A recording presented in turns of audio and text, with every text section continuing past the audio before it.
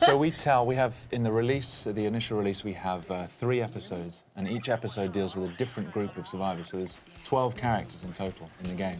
That's fantastic. All playable.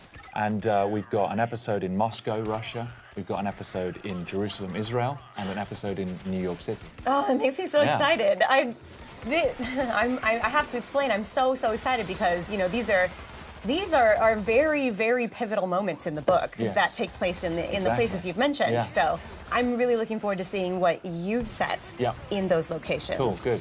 Now, this game is 4-player co-op. Yes. And anytime that something else has a byline that's similar to another game, it gets compared to it. So Left 4 Dead 2, or Left 4 Dead and Left 4 Dead 2, the series, is also 4-player co-op with zombies and that kind of stuff. Yeah. Tell us the difference so this game makes. You've mentioned the similarities, 4-player co-op and zombies. Yep.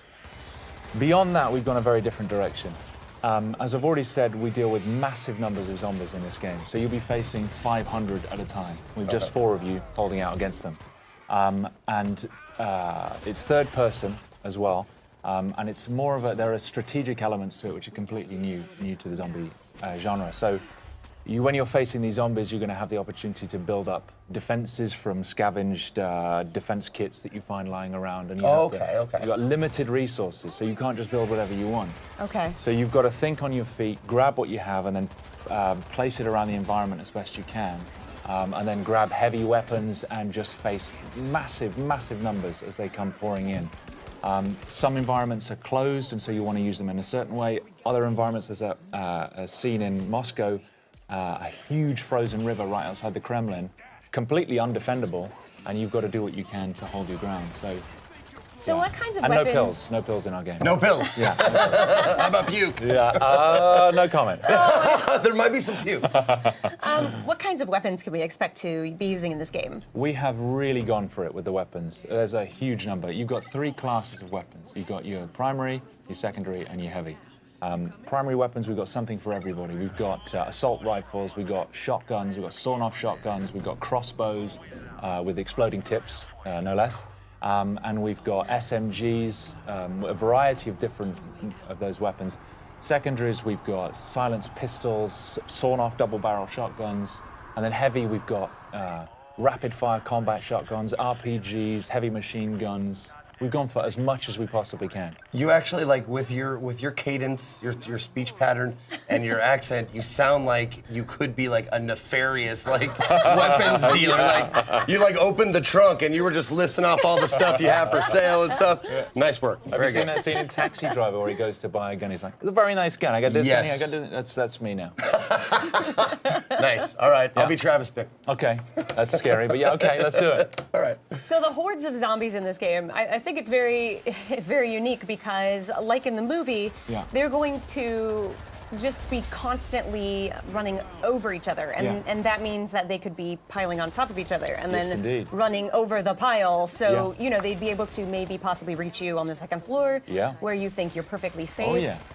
So I think that's a really interesting thing to bring to this genre, especially. I mean, we're pretty much getting used to fast zombies. You can see right there, they're actually pyramiding up now. Oh my God. And climbing the walls. To me, that is terrifying. If I was playing this game, I don't know. Well, it's great because the guys have put such an enormous amount of work into the physics system that governs those zombies and how they move. And so you're never safe anywhere. There's nowhere to hide. They will climb the walls, they'll climb over buildings. And actually, when we were designing the zombies, we put a lot of thought into the psychology of the zombie. Because, of course, they have no fear. They're not like another enemy where you can break their morale. They're not afraid of their own, they're not afraid of injuring themselves. So if they see you, they will throw themselves from the rooftops. They will climb through burning cars. They'll do anything to get to you, and they won't stop. No, that's one of the awesome things that we were talking about before we got on stage here was the zombie AI and how they work and stuff like that. And I've always liked the idea better of an intelligent or a more like a hunter zombie. Also, can we call them Zeeks? We can call them Zeeks. By the way, we zombies love are Zeke. sometimes called Zeeks in this game and in the books and the movies and stuff. So let's call them Zeeks from now on. Yeah. You heard it here. Anyway, no, I love that the idea of hunting. Like they're trying to eat you for food or trying to procreate, which are like the two basis instincts of any living thing. There's no zombie procreation in our game, I'm afraid to say. Oh, really? Yeah, I'm afraid there's. Oh, that's what I meant. I didn't mean like making love. Okay. I meant like biting and turning. Transmission. Okay. That's what I meant. Okay, right. I see. Okay. Get your mind out of the gutter, man. Come on. Like, what can I do? Yeah. Oh my goodness. No, do they? Because it looks like they flow like a ant hive. Yes. Or ant hive. Ant colony. Yeah, there we go. an ant colony, yeah. An ant hive, whatever. Yeah, sure. Let's make some metaphors. Sure. But yeah, it looks like they like work like Yes, that. Like they do. like they swarm. They're not just 500 kind of independent individuals. They respond as a swarm, and so they will move and flow, not just with. I mean, when they see you, they'll move towards you the best way they can. But if there's a wall in the way, they'll pyramid up and try and get over the top of each other and over the edge.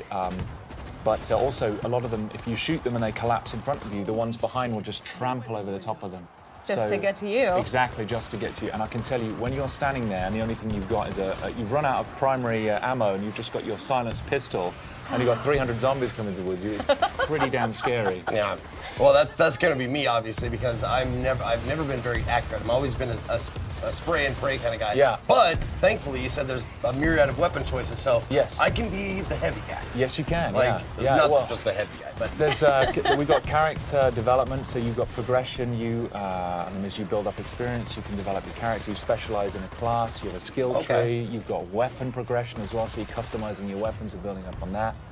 So there's just so much room for growth in the game. Can you tell us more about the characters? Are these player created or are these specific characters that you've written? Yeah, so we've written these characters. We've put a lot of thought into their backstories.